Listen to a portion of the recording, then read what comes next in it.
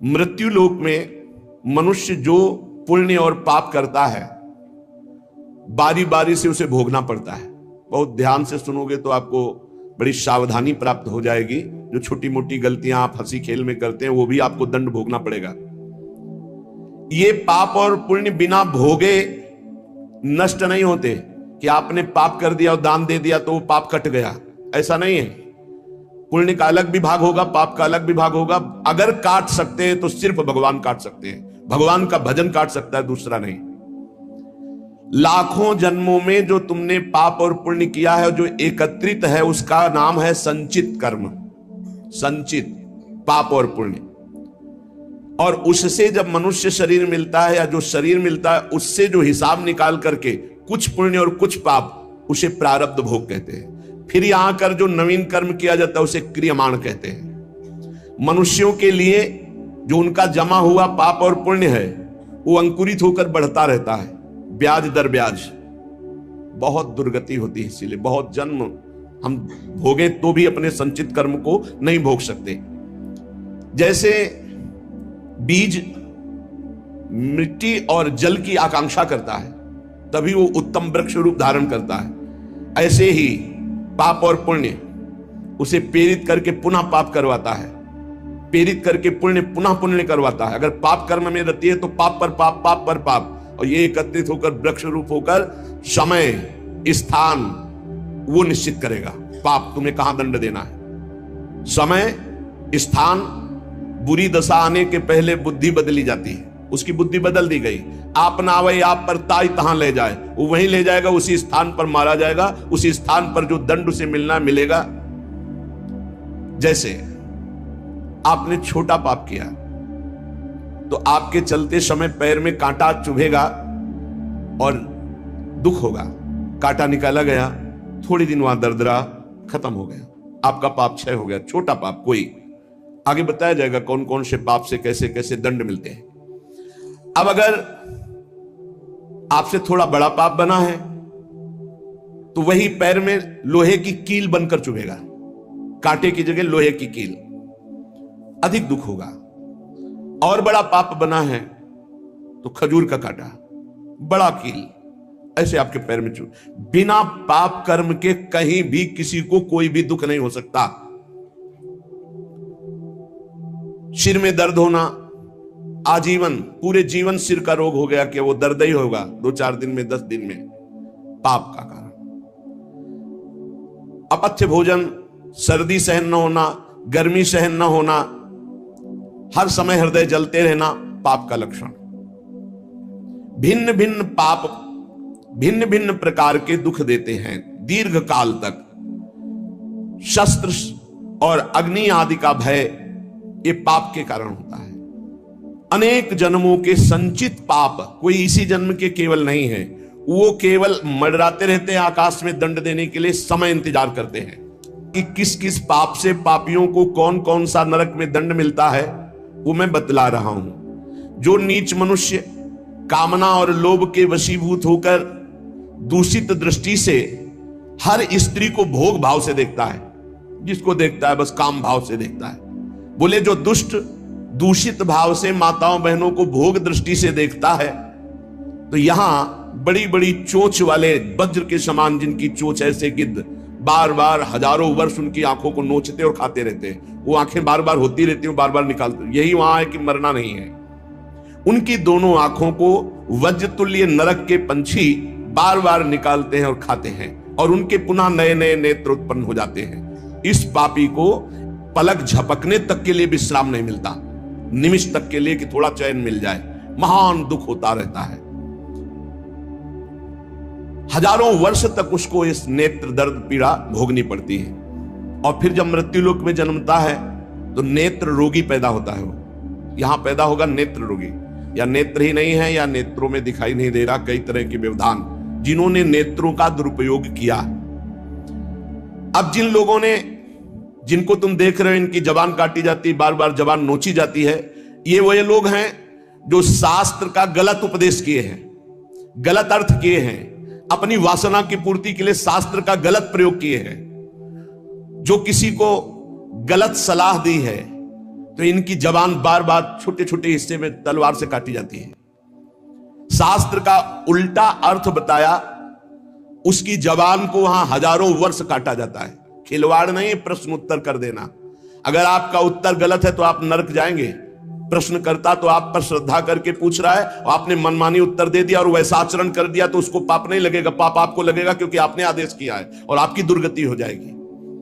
इसीलिए अनाधिकारी को जब जनक जी महाराज विदेह राज ने पूछा, निमि जी ने नवयोगेश्वरों से कि मैंने यही प्रश्न कर्म के विषय में सनकादि से पूछा था, वो मौन थे, कोई उत्तर नहीं दिया, क्यों? तो बोले उस समय आपका ज्ञान जागृत नहीं हुआ था, आप उस समय अनाधिकारी थे, कर्म का बड़ा सूक्ष्म विषय होता है, इसीलिए मौन थे। ऐसा नहीं कि हर प्रश्न का उत्तर फटाक से दे दे और वो गलत है अगर उत्तर तो शास्त्र सम्मत नहीं है तो उत्तर देने वाले को नरक का दंड मिलेगा, उसकी जबान हजारों वर्ष वहां काटी जाएगी। जो शास्त्र का गलत अर्थ करता है, जो शास्त्र को अपनी वासना पूर्ति के लिए घुमा करके बोलता है, जो किसी को बुरी सलाह देता है, उसकी जबान यहां काटी जाती है, जो देख रहे हो। जो वेद की निंदा करते हैं, देवताओं की निंदा करते हैं, संतों की निंदा करते हैं, वैष्णव की निंदा करते हैं, गुरु की निंदा करते हैं, गुरु पर दोष दृष्टि करते हैं, गुरु को वक्र दृष्टि से देखते हैं, क्रोध दृष्टि से, उन सब को यहां भयंकर वज्र तुल्य वाले जिनकी चोंच है, ऐसे पक्षी गिरा गिरा करके उनके अंगों को नोचते हैं, जबान, आंख और उनके शरीर के अंगों को। जितने निमेष तक उनके द्वारा ये जिह्वा जनित पाप हुआ है, उतने हजार वर्ष तक उनको पक्षी नोचते हैं। जो नराधम बिना दोष के दो मित्रों में फूट डाल देते हैं, एक दूसरे की चुगली करके, पिता पुत्र स्वजन में भेद पैदा कर देते हैं, और जो पुरोहित, बहुत ध्यान देने योग्य बात, अनुष्ठान का संकल्प लेता लेकिन अनुष्ठान पूर्ण नहीं करता, जजमान को क्या पता? जो पुरोहित जजमान से नियत संख्या ले ली धन और अनुष्ठान पूरा नहीं किया, या जो अपनी माता और पिता का अपमान किया, जो अपनी शरणागत, अपने अर्धांग विराजमान पाणी ग्रहण की हुई पत्नी का विविध प्रकार से अपमान और शोषण किया, वो यहां आरे से चीरे जाते हैं हजारों वर्ष तक। दिखाया, देखो ये बीच आरे से आराम आराम से एक एक अंग चीरे जाते हैं। उस पुरोहित को भी दंड मिलता है, उस पुत्र को दंड मिलता है जो माता पिता का अपमान, उस पति को दंड मिलता है जो पत्नी का शोषण, उस पत्नी को दंड मिलता है जो पति से छल करती है। आप खुली आंख इनकी दुर्गति देख सकते हैं। जो दूसरों को कष्ट देने का स्वभाव बना लिया है, बातचीत चेष्टा से कष्ट ही देना है, जो दूसरों की प्रसन्नता में जलते हैं, जो दूसरों की घरों में, सोए हुए घरों में आग लगा देते हैं या फसलों में आग लगा देते हैं और उनको प्राणांतक कष्ट देते हैं, उन अधम पापियों को यहां जलती हुई आग में जलाया जाता है। तुम देख लो, तपती हुई बालू डालकर उनको भूना जाता है और यहां आग में उन्हें जलाया जाता है। जो एक जगह निमंत्रण मिला, फिर दूसरी जगह निमंत्रण मिला, तो पहले निमंत्रण वाले को छोड़ करके दूसरे के यहां निमंत्रण पाकर फिर पहले वाले के यहां निमंत्रण पाने गया। ऐसा नहीं है, यह नरक का कारण बन जाएगा। एक जगह निमंत्रण है, वहां गए, अगर हम भूखे हैं तो भूखे, नहीं मिला तो नहीं मिला, अब दूसरे दिन देखा जाएगा। 2 3 4 निमंत्रण, ऐसा नहीं। जो ब्रह्मर्षि किसी देव कार्य के लिए, पितृ कार्य के लिए यजमान के द्वारा निमंत्रित किया गया और वो दूसरी जगह भोजन कर लिया, दूसरे निमंत्रण को स्वीकार करके फिर उसके यहां भोजन करने गया, तो उसको यहां नरक में 2 टुकड़े करने वाला दंड मिलता, बार बार उसके 2 टुकड़े। ये बार बार बहुत जगह भंडारा, बहुत जगह निमंत्रण, ये ऐसा नहीं है, सिद्धांत है। तुम भूखे हो तो एक जगह चले जाओ और अपना पेट भरो, भजन करो। ये नहीं कि 5 जगह चले गए तो खूब दक्षिणा 5 जगह की मिली तो सुन लो। ये तस्मा शास्त्रम प्रमाणम, ये शास्त्र है, मनमानी नहीं। पहले ऐसा कभी ब्रह्म ऋषि जन नहीं करते थे। 5 घरों में भिक्षा मांग लो, या निमंत्रण है तो एक जगह जाके पेट भर लो जो रूखा सूखा मिले। ये 14 जगह भंडारा, 14 जगह निमंत्रण, तो उसकी व्यवस्था है। ये नरकगामी बना देगा, बुद्धि भ्रष्ट हो जाएगी। जो सदैव कड़वी बातें बोलकर लोगों के दिल पर चोट पहुंचाते रहते हैं, कुछ लोगों का ऐसा स्वभाव होता है, जब बोलेंगे तो हृदय की पीड़ा प्रकट हो ही जाए, ऐसा उनका है। ऐसे हैं वो, ऐसे बोलते हैं कि अत्यंत पीड़ा दे। ऐसा करने वालों को यहां के पक्षी टूट पड़ते नरक में लाते हैं, नोच नोच करके उनको खाते हैं।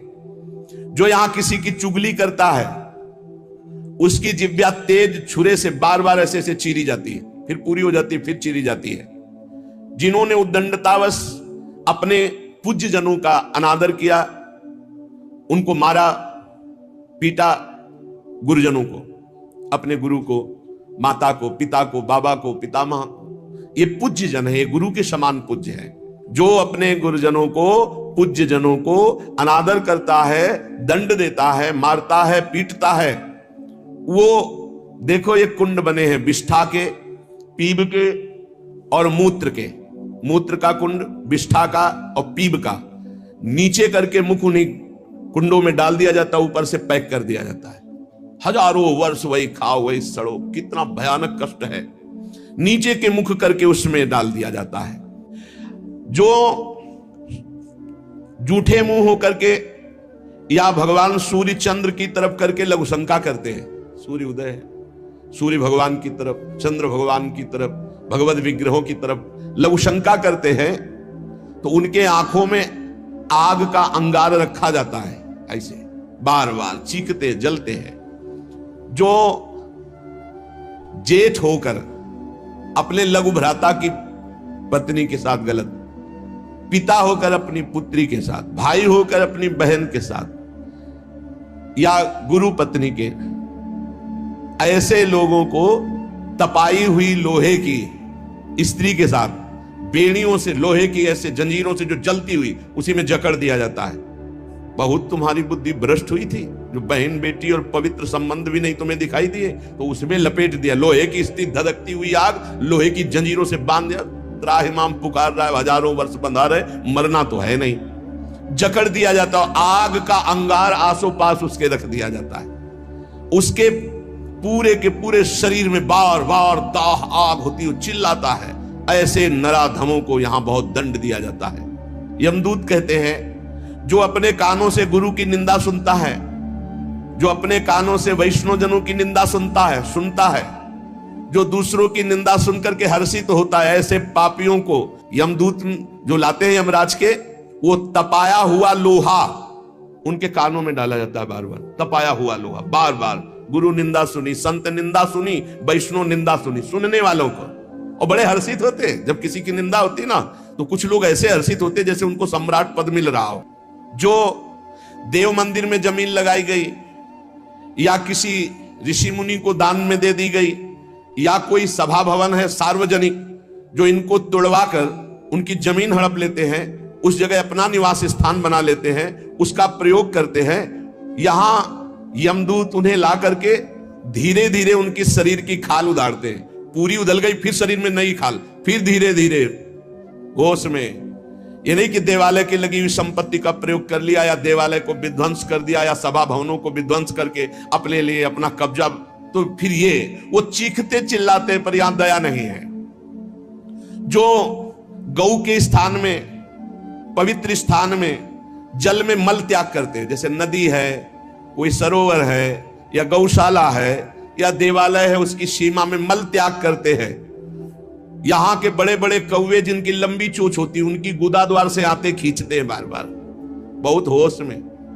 जो अपनी कन्या का रकम दे के बेचते हैं, बेचना होता है कि हमको इतना, ऐसा एक से बेचा, फिर दूसरे के साथ बेचा, उसको यहां लाया जाता है और उसके शरीर में बड़े बड़े घाव किए जाते हैं, और फिर नमक की नदी है, उस नदी में डाल दिया जाता है। वो हजारों वर्ष।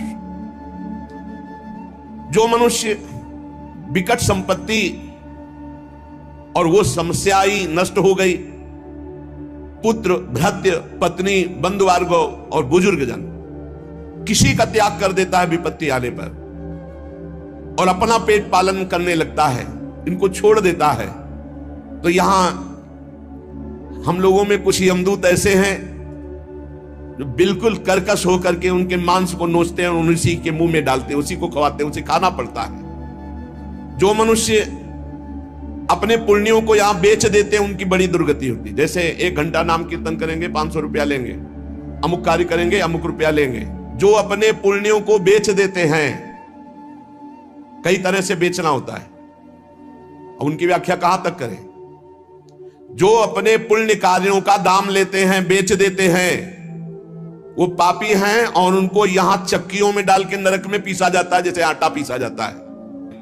जो जीवन में अपने किए हुए पुण्यों को बेच देते हैं, उनको वहां चक्की में जैसे आटा पीसा जाता है, ऐसा पीसा जाता है। ये ना समझो कि मौज ले लो, यहां तुम मनमानी कर लो, भोगना पड़ेगा। अवश्य में भोक्तव्यम, नरक में जाकर के हिसाब भोगना पड़ेगा। चक्कियों में पीसे जाते हैं जो अपने पुण्य कर्मों को बेचते हैं।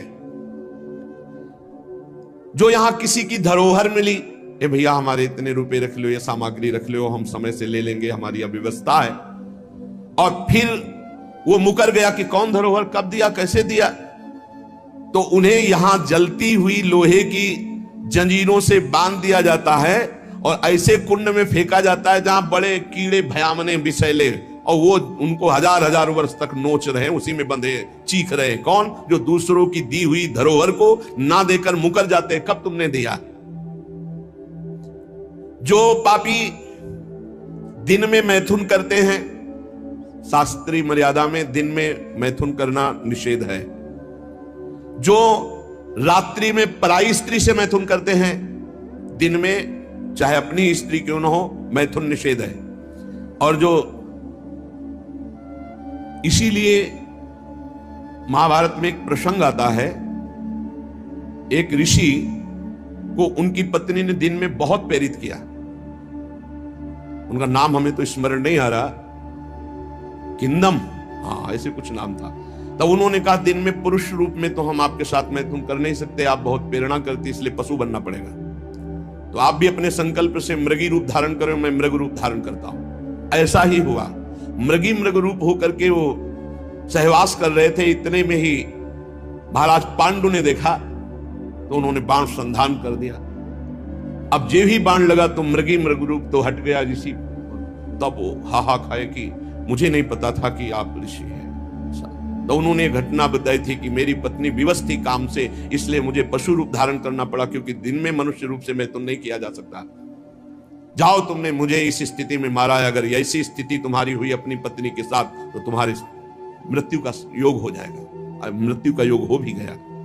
तो जो दिन में अपनी स्त्री से या रात्रि में पराई स्त्री से, वो यहां पापी जन लाए जाते हैं।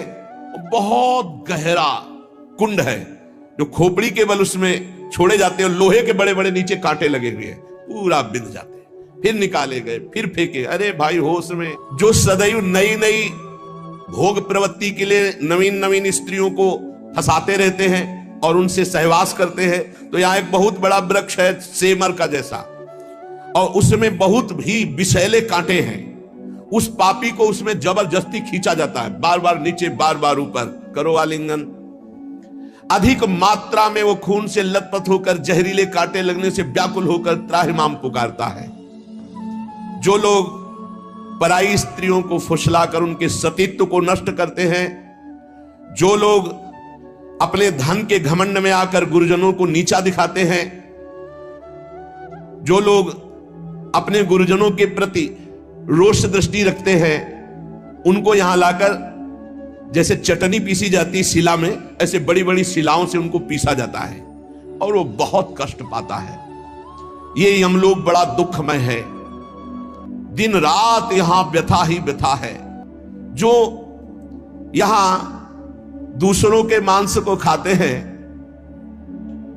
तो बड़े बड़े हाथियों से उनको पहले कुचलाया जाता है, चिरवाया जाता है, फिर कोल्हू में पेरा जाता है। बढ़िया आनंद लो। यहां जो कर रहे हो इसका बहुत लंबा हिसाब होगा। लोग सोचते हैं कि ये गप है, 5 मिनट में हिंसा की आजीवन कारावास, लाखों जुर्माना, तुम्हें यहीं से अनुमान लगा लो। यहां तो बहुत छोटा हिसाब किताब है, वो तो अनंत ब्रह्मांडों का हिसाब किताब है। जो अपने पूर्वजों को पिंडदान नहीं देता, हवन नहीं करता, शास्त्र मर्यादा के अनुसार नहीं चलता, जो बिना पाणी ग्रहण किए व्यभिचार करता घूमता रहता है, ऐसों को बड़े बड़े ऊंचे पर्वत से नीचे खोपड़ी के बल फेंका जाता है। और जब नीचे गिरता है तो बड़ी बड़ी विषैली चींटियां चिपक जाती हैं और काटती है। अब और सावधानी की बात, जो पापी पुरुष के द्वारा दिया हुआ दान लेता है, स्वीकार करता है, पापी होश में ये रुपए की गड्डी नरक पहुंचा देगी। जो पापी पुरुषों द्वारा दिया हुआ दान लेते हैं, चाहे वो यज्ञ कराने के लिए, चाहे वो किसी भी कार्य के लिए, उन मनुष्यों को पत्थर के भवन में छोटे से ऐसे गैसील, बिल्कुल गैस ऐसी जहरीली, उसमें कीड़े की तरह उन्हें बंद कर दिया जाता, बाहर से कोई वायु नहीं, बंद। अब कितने हजार वर्ष, कितनी घबराहट है। अब सोचो, पत्थर के छोटे छोटे ऐसे भवन, उनमें गैस भरी हुई जहरीली, उसमें बंद कर दिया गया। दशांश लिया जाता धर्मात्मा पुरुष का, दशांश दान है धर्मात्मा पुरुष का, 100 मेहनत से कमाए। अब अगर तुम 10 रुपए दान कर दोगे तो बहुत बड़ी बात हो जाएगी। एक गरीब आदमी बड़ी मेहनत से अपना पेट पालता था, तो एक किसी व्यापारियों के संग में था। तो सब व्यापारी बड़े बड़े अपने अच्छे पदार्थ भोजन के, वो खिचड़ी लाया था घर से, कहीं यात्रा में था। उसका नाम भोला भी था, भोला एक किसान आदमी।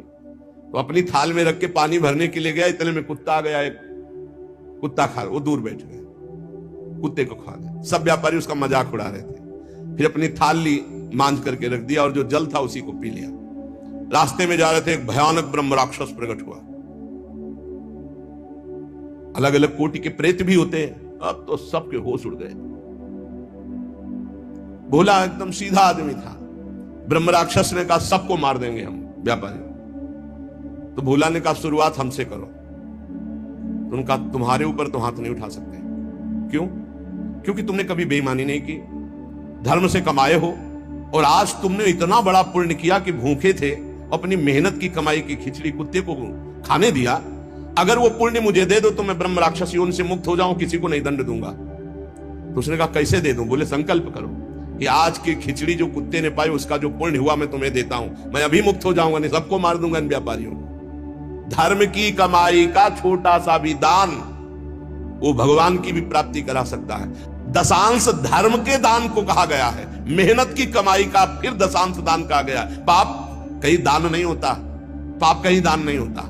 उसका विधान फिर ब्रह्म ऋषि बताते हैं कि आज तक किया, अब कभी पाप नहीं करेंगे, अब क्या करें, तो फिर उसका विधान वो बता देते हैं। ऐसा नहीं कि पाप करते जाओ, दशांश देते जाओ तो बुद्धि भ्रष्ट होती चली जाएगी। जो ये बहुत बड़ा अपराध है, उपकार करने वाले का अपकार कर देता है। कृतज्ञता, कृतज्ञ होना चाहिए। आपके लिए किसी ने उपकार किया, आपको आपका हित किया, आपके संकट में सहयोग किया, तो जीवन भर वो जब दृष्टि में आ जाए तो थोड़ा कृतज्ञ होना चाहिए। ऐसा नहीं कि उसका अपकार कर दो। जैसे गुरुदेव ने मंत्र दिया, उपासना दी, तुम्हारा उपकार किया। खोटी बुद्धि वाला जो कृतज्ञ नहीं रहता, उसको यहां तप्त कुंभ नामक नरक में गिराया जाता है। ये बहुत दुख देने वाला है, ताप ही ताप। और इसमें 80 पत्रवन नरक में जैसे तलवारें हैं, ऐसे किनारे किनारे तलवारें हैं। जिधर ये होता उधर तलवार घुसती, बार बार इसको पीड़ा होती है। फिर उसे अगले कालसूत्र नामक नरक में डाला जाता है। विश्वासघाती, गुरुद्रोही, मित्रद्रोही, इनका उद्धार बहुत मुश्किल होता है।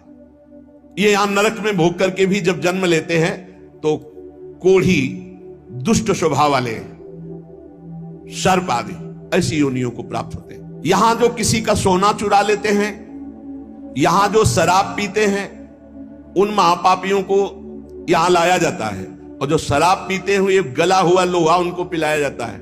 ए भैया शराबी जो पिए हो तो बंद कर दे आज से, नहीं आगे इंतजाम कुछ और है। हाँ, जलता हुआ लोहा पिघलता हुआ पिलाया जाएगा, मरोगे है नहीं, बहुत होश में। स्वर्ण की चोरी करने वाले को वैसे ही स्वर्णिम आग के ऊपर फेंक दिया जाता है, भुनो सारे। यहां कोई मानता नहीं, कहते सब झूठ है, भोगोगे तब पता चलेगा। और ऐसे लोग जब नरक से लौटते हैं तो उनको यहां भारी भारी घृणित बीमारियों से पीड़ित होना पड़ता है।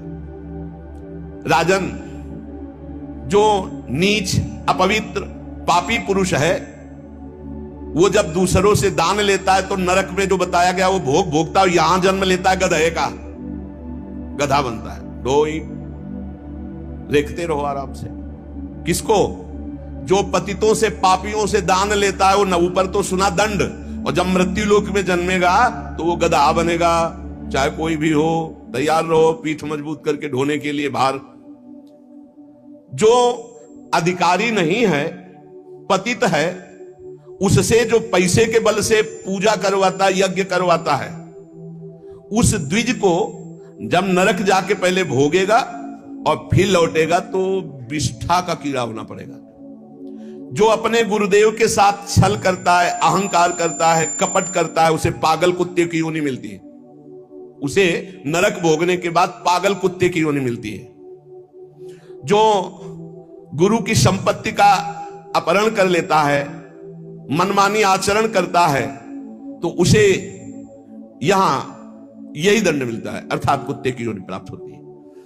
जो अपने माता पिता वयोवृद्ध का अपमान करता है, कटुवचन करता है, उसे यहां पक्षी की योनि प्राप्त होती है, जो बीमार रहता है हर समय, पक्षी, कष्ट से युक्त पक्षी की योनि। जो अपनी भाई की स्त्री का गलत भाव, तो वो कछुए की योनि प्राप्त होता है, बड़ा कष्ट में जीवन उसका व्यतीत होता है।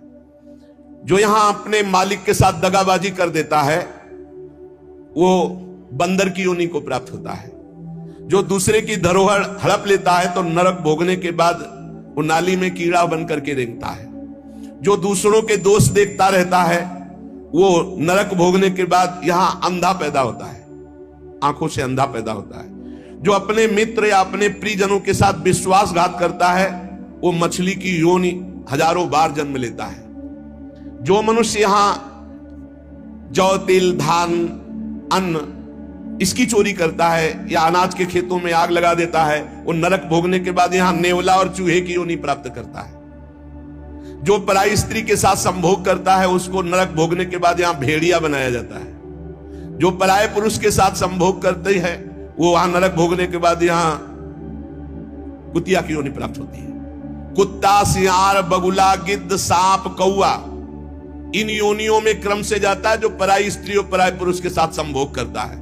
इसे मनोरंजन मत समझो, खिलवाड़ मत समझो। जो खोटी बुद्धि वाला पुरुष अपने बड़े भाई की पत्नी, जो मां के समान है, उसके साथ बलात्कार करता है, वो नरक भोगने के बाद कामी, नाना प्रकार से बीमार पशु योनियों को प्राप्त होता है। कई प्रकार के कष्टों से उसका जीवन युक्त है। जो अपने मित्र की पत्नी से विश्वास दिलाकर, मित्र को विश्वास दिलाकर उसकी पत्नी, वो यहां के सुअर पैदा होता है, सुअर बनता है। ये यमलोक बड़ा दुखमय है, दिन रात यहां व्यथा ही व्यथा है।